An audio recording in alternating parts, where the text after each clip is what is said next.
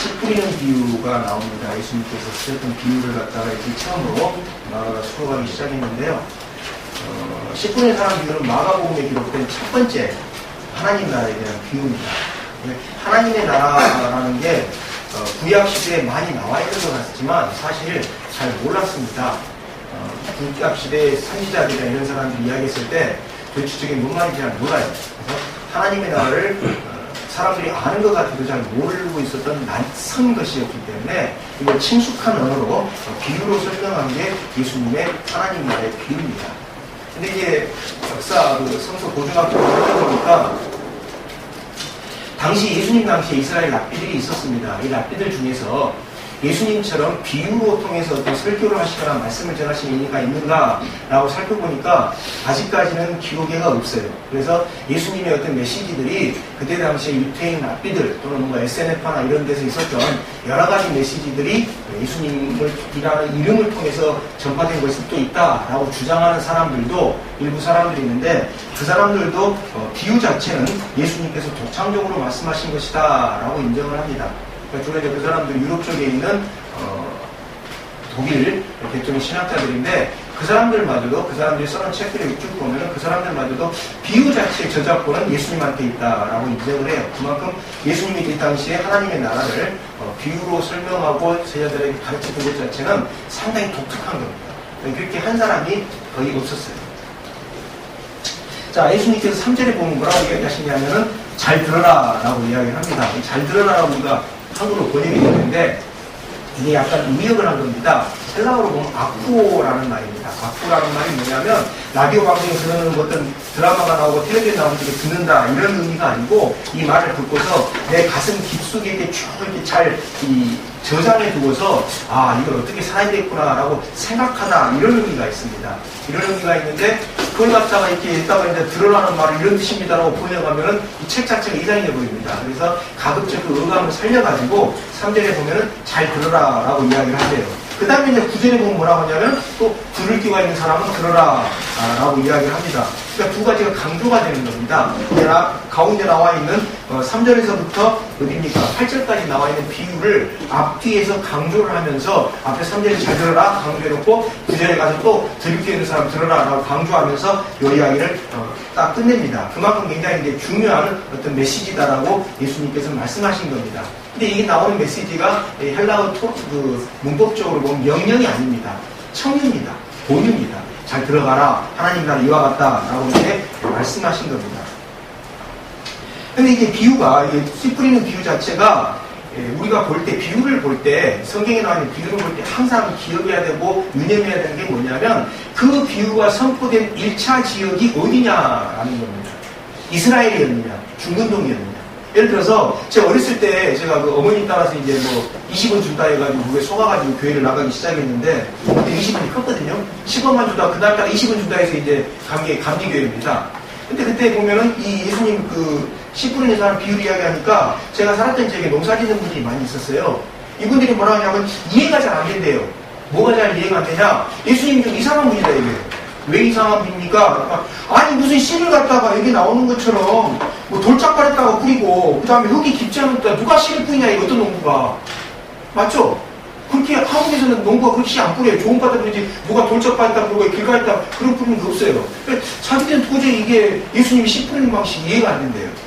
한국에서는 이해가 안 됩니다. 근데 이게 중근동의 모습으로 보면은 당연한 겁니다. 그러니까 여기 씨 뿌리는 비유가 나와 있는 것은 중근동의 모습을 그대로 반영한 비유입니다.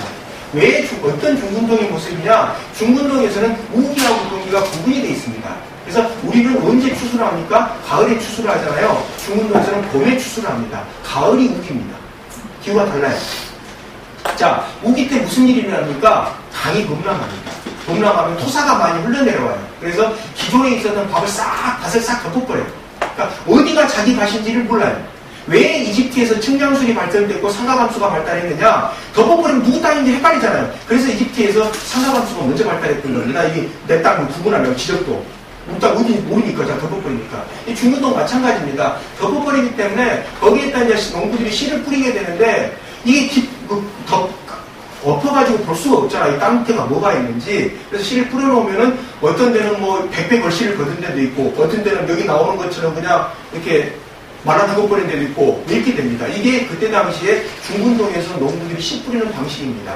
우리나라에서는 모를 낼 때 어떻게 심습니까? 이렇게 모내기 할 때 줄내림을 하잖아요. 줄 맞춰가지고. 이쪽에는 아니에요. 흙뿌림이에요. 그냥 이렇게 집어 던져요, 그냥. 그 다음에 또 땅을 갖다 넓게 이용하기 위해서 가운데가 길이고 양쪽에가 받친 이런 구조가 많아요. 그러면 가운데 길을 가면서 이렇게 집어 던져요, 아무 데나. 씨 뿌리는 게. 절대 줄 뿌림이 아니에요. 뿌려놓으면 이제 그 중에서 뭐 잘 나는 데는 많이 자라고 못 나오는 데는 적게 나오고 이렇게 됩니다. 이렇게 돼서 이 농부가 어디다가 뿌려놓은 지에서 어떻게 자랄 줄 모르기 때문에 그냥 뿌려놓는 방식입니다. 그럼 여기 나오는 것처럼 30배, 60, 100배가 되었다. 이게 그냥 예수님 과장법으로 한 거냐? 아니요. 과장법이 아니라 실제로 이렇게 추수를 했었습니다. 그래서 30배는 좀 적게, 60배는 좀 많이, 아니 좀 적당히, 뭐 평년자, 100배는 좀 많이. 어떻게 뭐 100배씩이나 하는데 뭐 굶어 죽을 사람 없겠네요. 아닙니다. 네. 씨를 뿌려놨지만 난 곳이 별로 안 돼요. 어디서 날지 몰라요. 그래서 한두 곳에서 한 60배 결실을 하면 그의 농사 어떻게 합니까? 성공한 거예요. 근데 어떤 데는 뿌려놨는데 한두 곳에서 30배 됐어요. 나머지 뿌린 데는 안 나요. 그럼 어때? 딱 평년을 내보면 어떻게 됩니까? 이거 흉작이에요. 이렇게 이제 열매를 추수했었거든요. 그러니까 30배, 60배, 100배라는 게 아니면 예수님이 과장해서 하렸던 게 아니라 실제로 그때 당시 이렇게 수확을 했었고 100배는 좀 많이, 60배는 평년자, 30배는 안 되는 거. 어디서 날지 모르니까. 우리처럼 바다 안에서 이렇게 다 이렇게 줄뿌림해가지고 다 하는 게 아니라 밭에다가 딱 뿌려놨는데 저쪽 한쪽밖에 안 나요.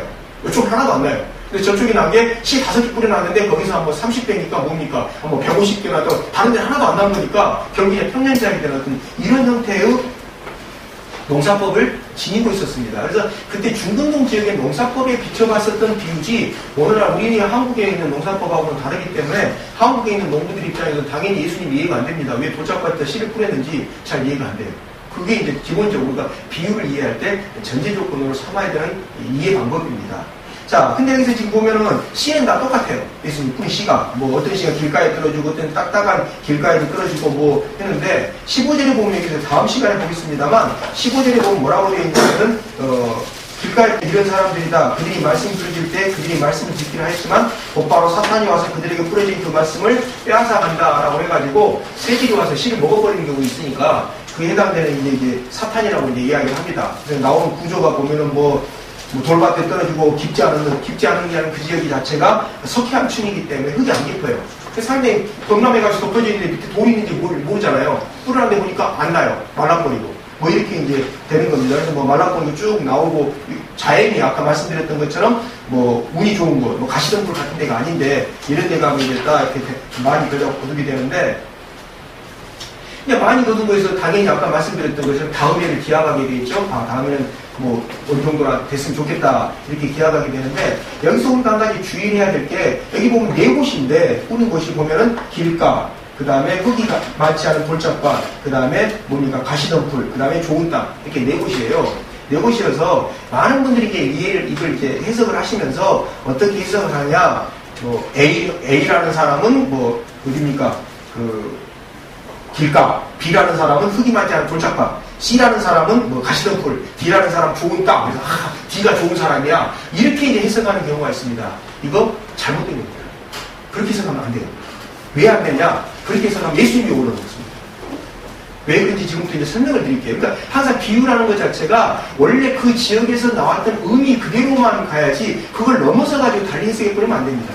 또 어떤 분들이 이걸 해석하면서 야 4분의 1은 추수할 수 있지 않겠냐. 그럼 우리가 이제 뭐 100명을 전도를 했을 때 4분의 1이니까 얼마입니까? 25명. 25명은 뭐 복음을 받아들일 거다. 뭐 이렇게 해석하시는 분들도 있는데 그것도 그냥 참고 사항이지 꼭 씨를 뿌렸다고 해서 복음의 씨를 뿌렸다고 해서 4분의 3은 안 되고 4분의 1만 반드시 복음을 받아들일 거다. 이런 의미는 아니에요. 다만 여기서 한 가지 공통적으로 가져가야 되는 것은 뭡니까? 바로 씨를 뿌리되 낙심하지 말라라는 의미는 공통분모입니다. 어디가 날지 모르잖아요. 똑같은 시지만 그 밑에가 돌짝밭인지 가시덤불인지 얕은 흙인지 길가인지 우리가 알 수가 없잖아요. 좋은 땅인지.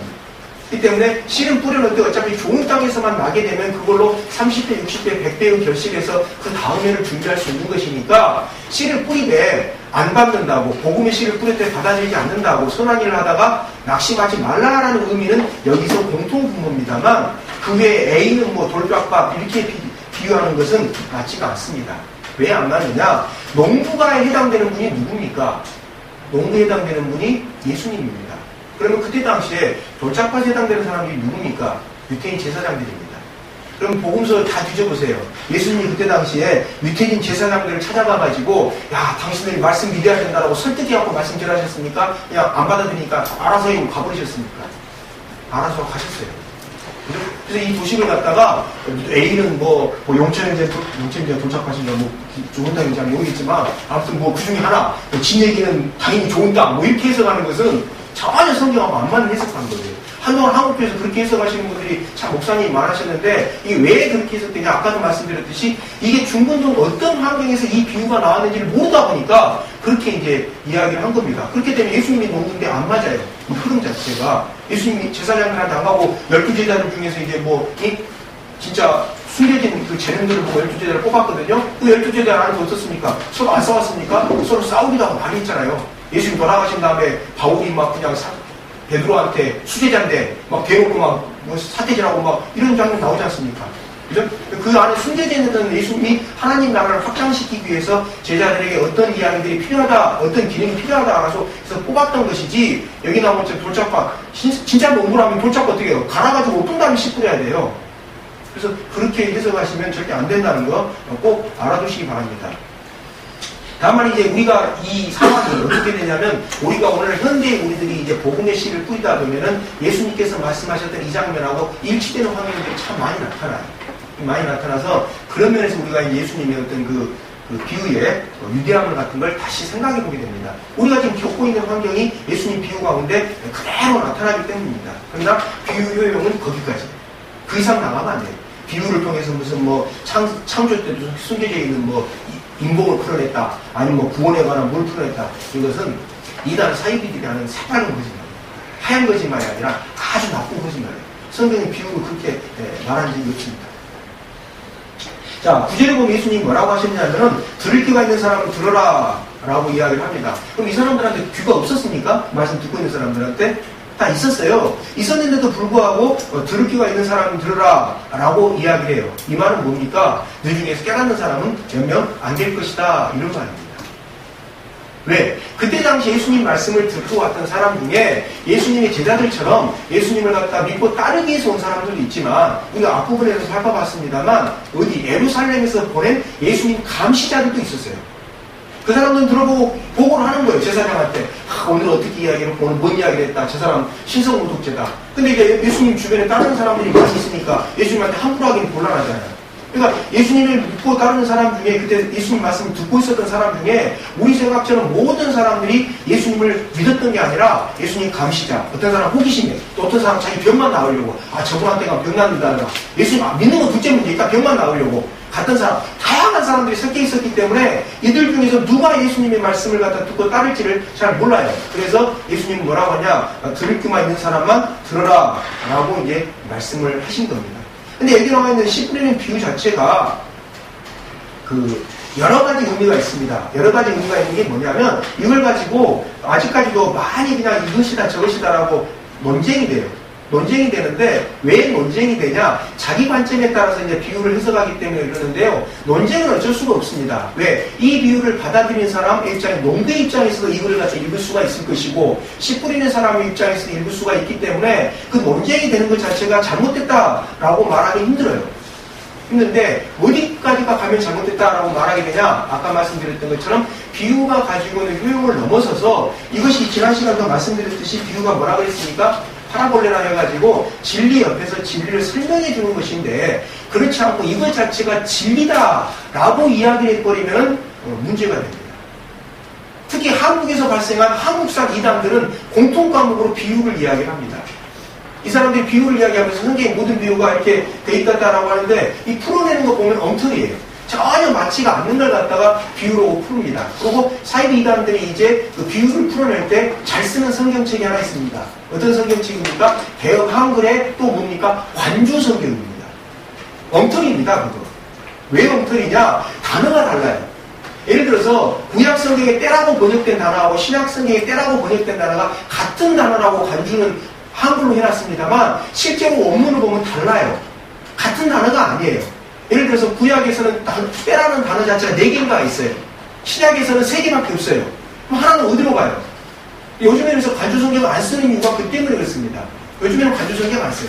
왜? 그 한국어만 같을 뿐이지 달라요. 근데 이 비유로 풀이한다는 사람들이 꼭 드는 성경이 개역 한글하고 관주 성경이거든요. 거기 보면 한자가 번역이 되어 있기 때문에 그냥 속아요. 그래, 그 경륜 쭉 보면은 이단 사이비들은 비유를 자기가 풀었다고 하는데 오히려 비유에 갇혀있는 형국입니다. 자기들이 믿는 신념을 갖다가 자기들이 주장하는 신념을 복음이라고 생각을 해가지고 거기에 갇혀있는 형국이 참 많아요. 그래, 홈페이지에다 대문짝에 써봤습니다. 제가 이제 사이비 상담을 하다 보니까 기독교 상담을 하다 보니까 여기저기 좀 돌아다녀 보거든요. 사이비 들어가보면 딱 대문에가 뭐라고 써있냐? 우리는 개역 한글 성경만 봅니다. 왜? 성령님의 역사가 개역 한글을 통해서 원활하게 나타나기 때문에 하나님의 은혜가 개역 한글만으로도 충분하다고 생각해서 개역 한글 성경을 봅니다. 홈페이지가 이렇게 떠 있어요. 그렇게 바보 같은 이야기가 어디가 있습니까? 100% 거짓말입니다. 100% 거짓말이에요. 100% 거짓말인데 딱 그렇게 보니까 또 그걸 속아요. 참 안타까운 일인데 아무튼 제일 할 수 있는 데까지 하는 거니까요. 자, 10절을 보시면 제자들이 이제 옵니다. 와가니까 뭐라고 됩니까? 지난 시간에 말씀드렸던 것처럼 비유가 무슨 뜻인지 예수님이 풀어줍니다. 예수님한테 물어보잖아요. 물어보니까 여기 뭐라고 나옵니까? 11절에 예수님이 비유를 풀어주십니다. 풀어주시는데 여기서 이제 무슨 이야기가 나오냐면 어떤 게 있냐면 한 가지 참고하셔야 될 게 9절까지 비유를 딱 이야기하신 다음에 10절에 예수님께서 혼자 계실 때라고 되어 있잖아요. 그죠? 여기에 뭐가 있습니까? 시간차가 있습니다. 그러니까 예수님이 비유로 말씀하신 다음에 곧바로 비유를 해석해 주신 게 아니라 어느 정도 시간이 지난 다음에 제자들이 찾아와요. 와가지고 아까 또는 예전에 며칠 전에 예수님께서 비유로 말씀을 하셨는데 그 비유가 뭡니까? 라고 물어본 겁니다. 마가는 이걸 갖다가 곧바로 예수님께서 비유로 설명해 주신 것처럼 그냥 곧바로 배치를 해놨을 뿐이지 실제로는 곧바로 설명해 준 게 아니에요. 일정 시간이 지난 경우에 설명해 준 건데 본문의 편집상 이제 그렇게 해놓은 겁니다. 근데 여기서 한 가지 주목할 건 뭡니까? 비유를 예수님께서 제자들한테 어떻게 했었어요? 지난 시간에 살펴본 것처럼 다 설명해 줬습니다. 그러니까 비유가 인봉되어 있는 사람들은 누구예요? 예수님을 안 믿는 사람들한테만 예수님이 비유로 인봉해 주셨고 예수님을 믿는 사람들한테는 비유를 다 풀어서 설명해 줬어요. 그럼 오늘날에도 역시 마찬가지입니다. 어떤 게 마찬가지입니까? 성경이 비유로 인봉되어 있다라고 주장하는 사람들은 예수님 밖에 있는 사람들이고 예수님 밖에 있는 사람들이고요.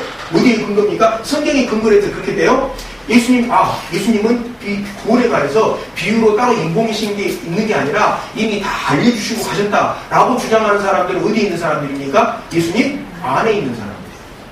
그럼 예수님 안에 있는 사람들이 굳이 예수님 밖에 있는 사람들을 부러워하면서 비유를 배우러 가야 될 필요가 있습니까? 없습니까? 없습니다. 없어요. 잘못된 거예요. 증거가 어디가 있냐? 11절에 나옵니다. 11절에 뭐라고 되어 있냐? 너희에게는 하나님 나라의 비밀을 맡겨주셨다라고 했는데 이 비밀이라는 단어가 중요합니다. 예수님의 이 쓰셨던 모든 비유의 총점, 집합점이 어디입니까? 바로 하나님의 나라입니다. 이 마태복음에 이게 천국이라고 되어 있는데 어제 학교에서도 수업을 하는데 어떤 친구가 천국이라고 그러더라고요.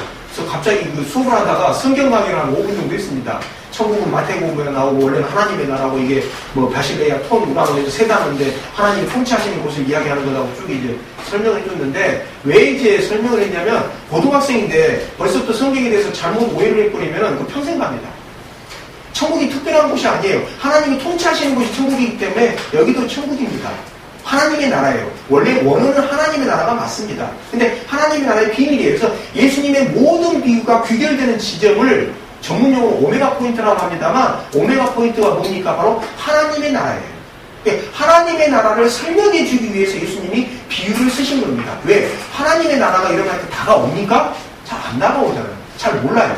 로마서에도 나옵니다만 구약의 선지자들도 말씀만 전파했을 뿐이지 하나님의 나라가 어떻게 될 것이라고는 알지를 못했어요.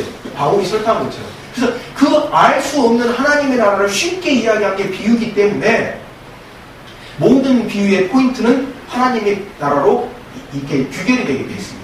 그래서 그 11절에 그걸 비밀이라고 이야기하셨는데 이 비밀이라는 단어를 볼 때 우리가 살펴봐야 되는 구절이 있습니다. 에베소서 1장 9절입니다. 한번 볼게요. 이거 꼭 보셔야 됩니다. 에베소서 1장 9절. 신약성경 330페이지 있습니다. 작은 글자 성경 가지시는 분들은 276쪽입니다. 에베소서 1장 9절에서부터 10절입니다. 제가 9절 읽겠습니다. 10절 고독하시면 됩니다. 자, 에베소 1장 9절에서 10절 교도하겠습니다. 그리스도 안에서 미리 세우신 하나님이 기뻐하신 뜻을 따라 하나님의 신비한 뜻을 우리에게 알려주셨습니다. 하나님의 계획은 때가 차는 하늘과 땅에 있는 모든 것을 그리스도 안에서 그분을 영원토록 이루시는 것입니다. 예, 구절에 보면 신비한이라고 되어 있잖아요. 이 단어가 아까 마가복음 4장 11절에 나온 비밀하고 같은 단어입니다. 미스테리온이라고 하는 건데요. 그러면 비유의 비밀이 있다면 뭡니까? 바로 10절이 비유의 비밀입니다. 하나님 때가 차면은 하늘과 땅에 있는 모든 것을 그리스도 안에서 그분을 머리로 하여 통일시키기 위해서 비유를 쓰신 겁니다. 이게 성경적인 답입니다. 뭐 창조 때부터 내려왔던 이런 거 거짓말이고요. 성경에 답이 나와 있어요. 예수님께서 하나님 나라의 비밀을 알려주시겠는데 그 비밀은 에베소서 1장 9절에 10절에 나온 것처럼 때가 되면은 하나님의 예수님을 머리로 해서 지상의 모든 것을 통일시키기 위해서 비유를 쓴 거예요. 다른 의도가 없어요. 그게 비유의 비밀이에요. 다른 거 없어요. 그 비밀을 갖다 차고 예수님 밖에 있으니까 엉뚱하게 그 비밀이 뭐 대단한 것처럼. 이 미스테리나 비밀이라는 단어가 우리는 그냥 비밀이라고 하는데 이 헬라어에서는 어떤 의미가 있냐면 전수자들에게 드러난 비밀이다 이런 뜻입니다. 전수자. 그러니까 예수님의 제자들에게 드러난 비밀이다 이런 뜻이에요. 또는 하나님을 믿고 따르는 사람들한테만 드러난 비밀이다 이런 뜻이에요. 구약에서는 이 단어가 어떻게 되어 있냐? 다니엘서가 나오는데 다니엘서에는 또 아람어가 들어가 있어요. 히브리어 말고. 아람어는 라즈라는 단어로 들어가 있는데 어떤 뜻이냐면은 하나님께서 정하신 시간까지 사람들에게 감춰진 하나님적인 신적인 진리 이런 뜻입니다. 이 비밀이라는 단어 가치가 가지고 있는 게. 하나님께서 때가 될 때까지 하나님께서 당신의 비밀을 감춰줬던 존재가 누굽니까? 신약성경에 예수 그리스도죠. 예수 그리스도잖아요. 무슨 마니교 누구 우리 길자교 여자가 하나님 이런 거 아니잖아요. 아니에요.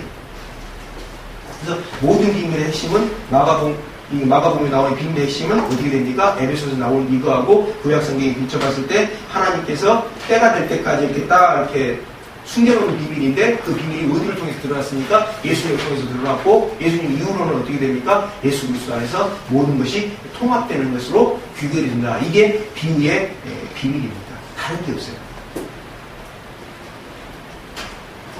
자, 그런데 이때 예수님이 마가복음 보시면 누구를 갖다가 어떤 말씀을 인용을 하냐면 이사야서 6장 9절을 갖다가 인용을 하십니다. 여기 나옵니까? 12절에 보면 이사야서 6장 9절을 갖다가 인용을 하십니다. 근데 이사야서 6장 9절을 갖다가 왜 인용을 하셨을까요? 그럼 이사야서로 가야 됩니다. 무슨 이야기냐면 성경을 우리가 읽을 때 구약의 어떤 구절을 인용했으면 반드시 구약으로 가서 그 의미가 뭔지를 살펴봐야 됩니다. 안 그렇고 그냥 인용하셨구나 이렇게 넘어가면은 속습니다. 잘못하면. 아니면 성경을 오해하게 됩니다. 자, 이사야서 6장 9절로 가면은 이 말이 어떤 의미냐? 이사야한테 하나님이 사명을 주셨어요. 예수님이 아니고 이사야 같은 경우 하나님입니다. 하나님이 사명을 주셨는데 어떤 사명을 주셨냐? 선지자 사명을 주셨어요. 선지자 사명을 주셨는데 선지자인데 사명의 내용이 뭐냐? 직분은 선지자고 내용은 뭐냐? 설교를 해서 사람을 시험 들게 만들어라. 이게 이사야한테 주어진 사명의 내용입니다. 가만히 생각해 보세요. 오늘 어떤 목사가 설교를 하는데 아주 이상하게 설교를 해가지고 온 교인이 다 떠나가게 하는 게 그 사람 목사한테 주어진 사명이다. 그러면 한번 상상해 보세요. 그 목사 어땠을 것 같아요? 예. 명색이 선지자 아닙니까? 명색이 선지자인데 이사야한테 하나님이 명령하신 게 네가 말을 해서 사람들 백성의 귀가 닫혀있고 마음이 닫혀가지고 하나님한테 돌이키지 못하도록 해라 이거예요. 이사야가 답답한 겁니다. 명색이 선지자인데 어떻게 사람들한테 시험도 받고 하나님을 떠나라고 합니까? 근데 하나님의 명령인데 어떻게 할 수가 있어요? 안 되잖아요. 그러니까 이사야가 뭐 합니까? 물어봐요. 하나님, 제가 언제까지 그렇게 설교를 해야 됩니까? 하나님 뭐라고 하십니까? 남은 자들이 있을 때까지. 이게 남은 자 사상입니다. 10분의 1이 남은데 그 중도 10분의 1도 다 남는 게 아니고 싹 부탁벌해가지고 그 중에 몇 명 남을 때까지 그렇게 할 게다. 그 다음에 그 남은 자들을 통해서 뭘 하겠다라고 이야기하십니까?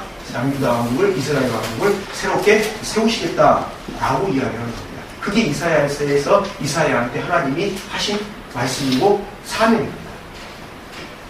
예수님께서 왜 이걸 인용하셨냐면은 이 이사야 때 일어났던 일이 지금 누구에게 그대로 재현이 되고 있습니까?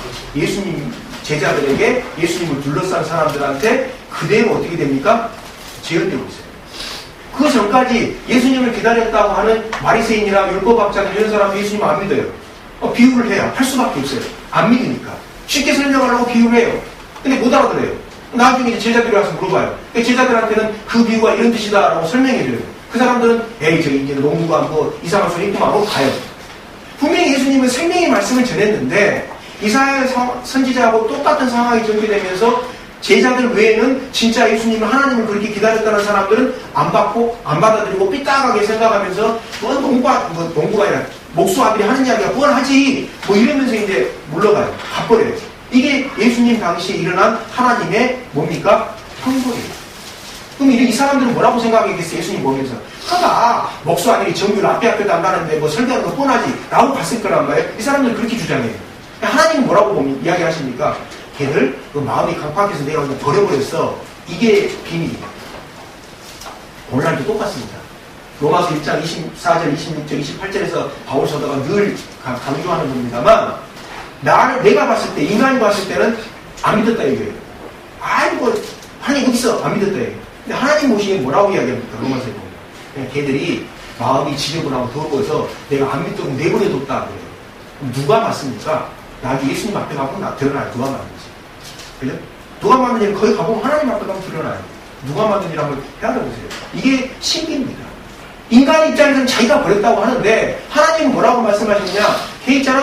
안 믿을 것 같으냐? 걔 너무 버리장머리가 없으냐? 내가 버렸어. 이렇게 말씀하신단 말이에요. 어느 쪽이 이길 것 같아요? 가보세요. 나중에 누가 이기고. 이게 성경이 숨겨져 있는 비밀이에요. 비유도 마찬가지입니다. 그죠? 불편하게 비유 뭐 해가지고 이렇게 빠졌던 사람 자기들은 뭐 풀었다 하지만 하나님은 걔들이 자 이상하게 성경에서 내가 매분해서 이렇게 이야기하신단 말이에요. 네. 그러면 자기들만 손해줘. 내가 손해는 게 아니라. 그죠? 그럼 이런 현상이 로마서에만 있었느냐? 출애굽기도 있습니다. 출애굽기 보면 뭐라고 나옵니까? 출애굽기 9장 12절부터 해서 몇 번 나오는데 하나님께서 바로의 마음을 강팍하게 하셨다.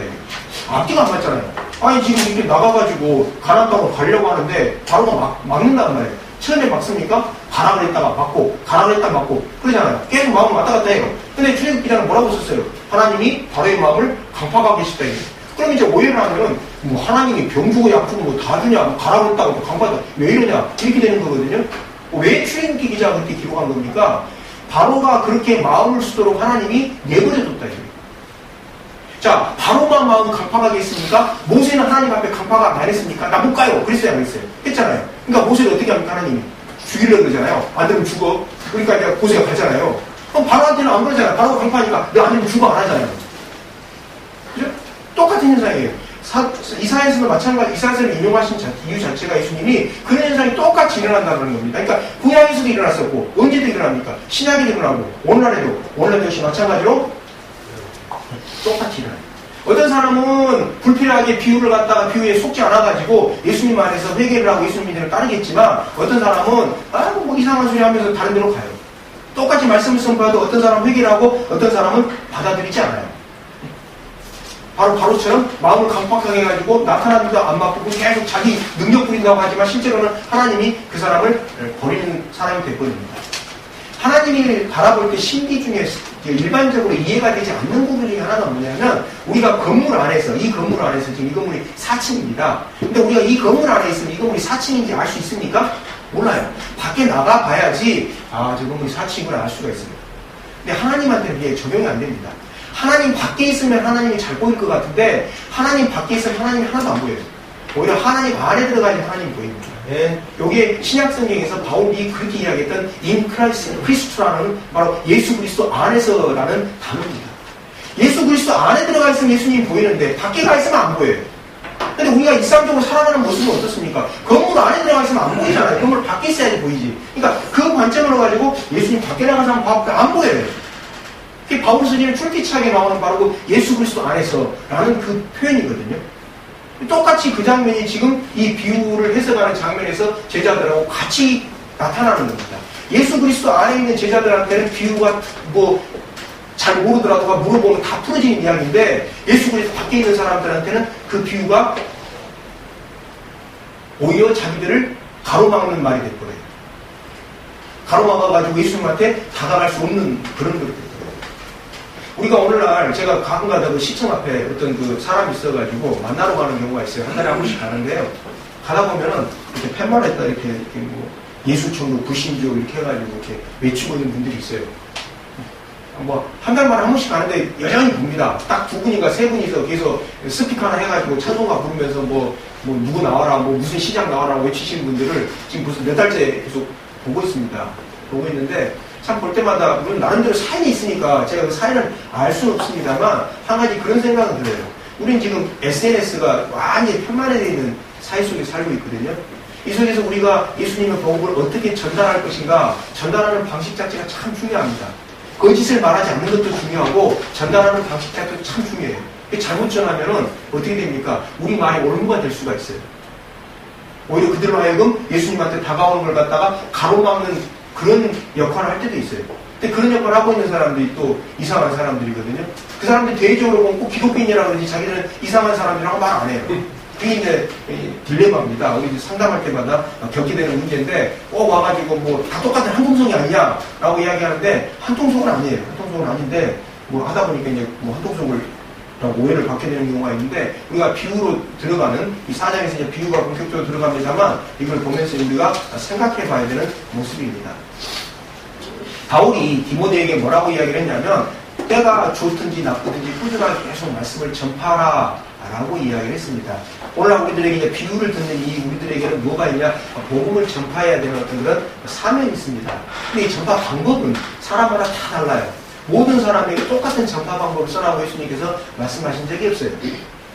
예를 들어서 우리 교회가 지금 뭘 합니까?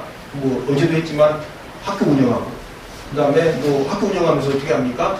뭐 한국 교육이 이렇게 되면 안 된다. 이렇게 뭐 공개적으로 주장하지 못하지만 학교에 오는 사람들한테 알려주고 그다음 오늘 아까 우영경제가 기도했던 것처럼 남북한이 이게 정세가 심상치가 않으니까 심상치가 않다는 건 전쟁이 일어난다는 게 아니고요.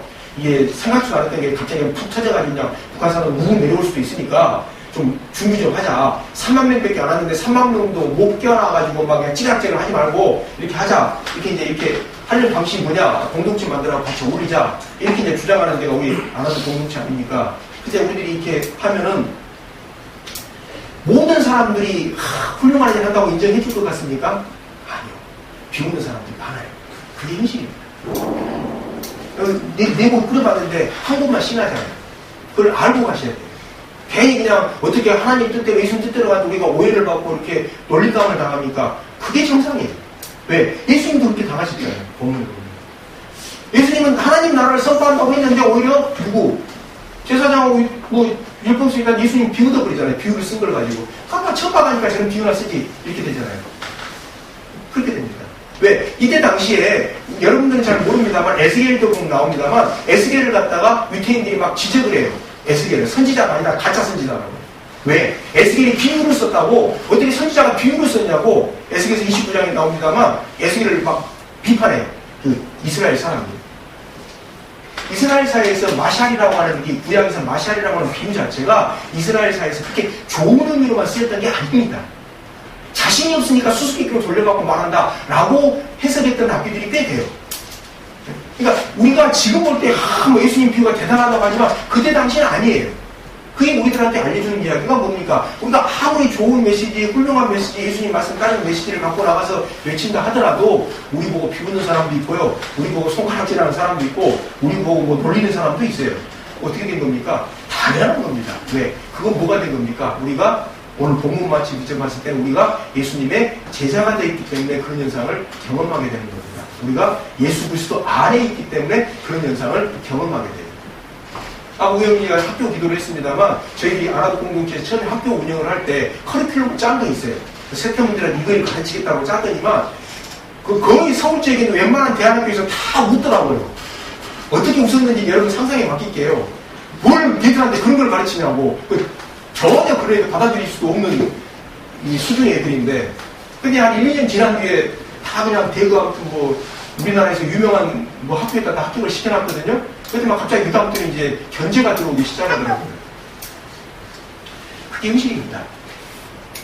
현실이라는 건 무슨 말이냐? 세상 악하게 가라 이런 이야기가 아니고 씨를 뿌리다 보면 반드시 겪게 되는 일들을 오늘 그대로 우리들에게 이야기해 주신 거니까 그걸 보고 불필요하게 낙심하지 말자. 그죠? 그다음 또 한 가지 뭡니까? 비유가 우리에게 다가왔다라는 것은 우리에게 둘 중에 하나 선택이라는 의미가 있습니다. 어떤 선택입니까? 하나님 말씀에 순종할 건지 아니면 그냥 이렇게 말씀하셨구나 그렇게 갈 건지.